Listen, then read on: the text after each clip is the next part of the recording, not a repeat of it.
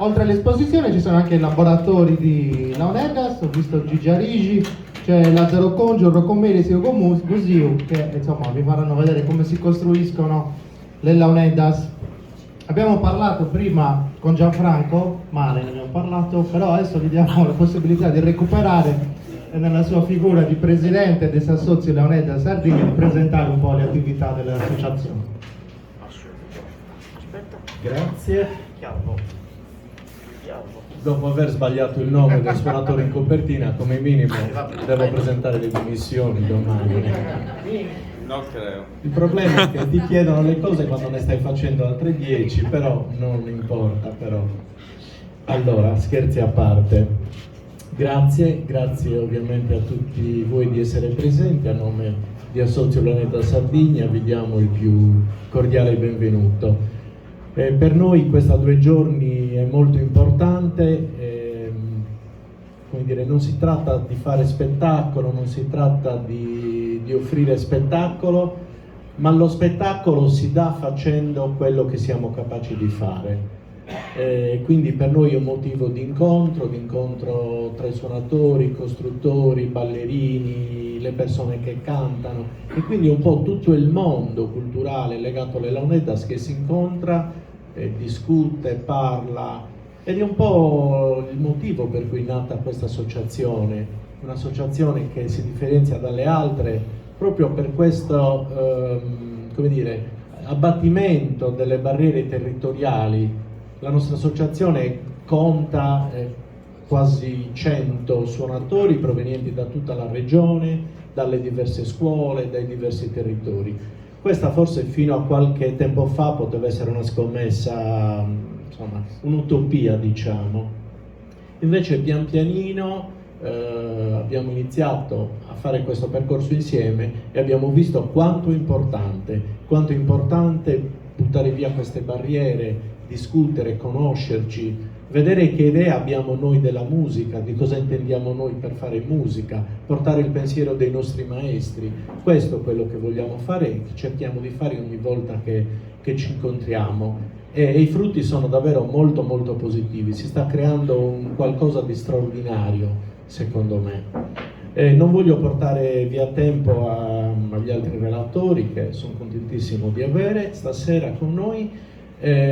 Sono doverosi dei ringraziamenti, però non perché si devono fare per forza, ma perché effettivamente li sentiamo. Il primo ringraziamento va all'amministrazione comunale di Quartu Sant'Elena, perché ci ha dato la possibilità di iniziare, di dare gambe a questo grande progetto che è Sadomu des Leonidas, e lo ha fatto in questi locali meravigliosi. Non è una cosa da poco.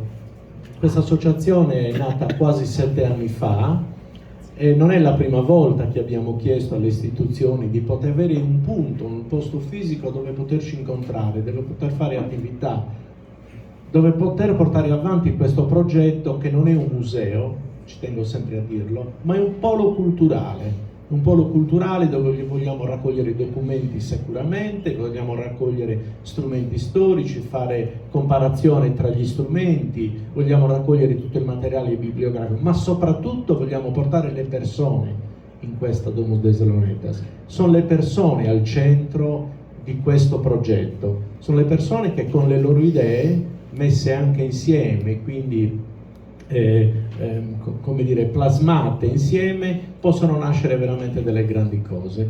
E dobbiamo dire grazie all'amministrazione comunale di Quartu per averci dato questa possibilità, perché in 7 anni, guardate, abbiamo bussato tantissime porte e non abbiamo avuto grandi risposte, molte promesse ma fatti praticamente nulla.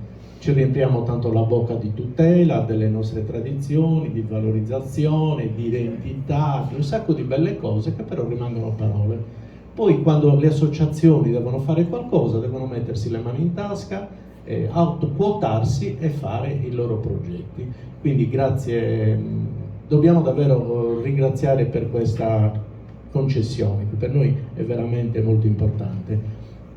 Oltre questo evento, ovviamente presentiamo il 4º numero di Concertus, che è è un progetto editoriale della prima ora di questa associazione. Lo ricordo benissimo, il primo direttivo dell'associazione, nel primo direttivo iniziamo a pensare a questo progetto editoriale, perché ci sembrava importante, ecco, vedere le Launeddas intanto sotto le diverse prospettive, farci raccontare delle Launeddas anche da chi le Launeddas non le suona, come le vedi, come le senti, e poi far raccontare gli stessi suonatori come vivevano questo strumento e il loro modo di far musica. Quindi purtroppo ci siamo dovuti fermare nei 2 anni di pandemia, poi per motivi finanziari insomma abbiamo rallentato ancora un pochino, ma eccoci qua, ci siamo con un nuovo formato come abbiamo già detto e speriamo di poter mettere in cantiere il quarto. E per questo voglio ringraziare tutto il comitato di redazione, Gigi Lallai qui con noi, Ignazio Spano, Ignazio Zucca e Tonino Leoni, veramente un grazie di cuore perché hanno fatto un grandissimo lavoro. Voglio ringraziare anche l'associazione in rete di Quartu che hanno accettato di buon grado il nostro arrivo in questi locali dove loro fanno diverse attività, però ecco, hanno accettato che anche noi facessimo in qualche modo parte della famiglia e quindi siamo grati anche per questo. Io non voglio rubare altro tempo, ascolteremo queste relazioni sicuramente interessanti e musica sicuramente altrettanto bella da ascoltare. Grazie e buona serata a tutti.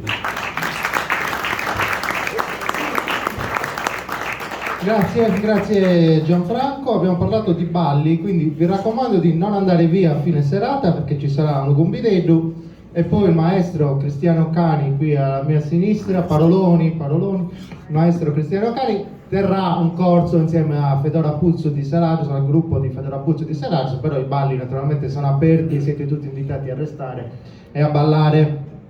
Ne approfitto subito per ringraziare Enrico Picchini in regia e il suo staff, prima che mi dimentichi. Ciao, grazie Enrico. Adesso torniamo alla musica, abbiamo deciso di alternare un intervento musicale e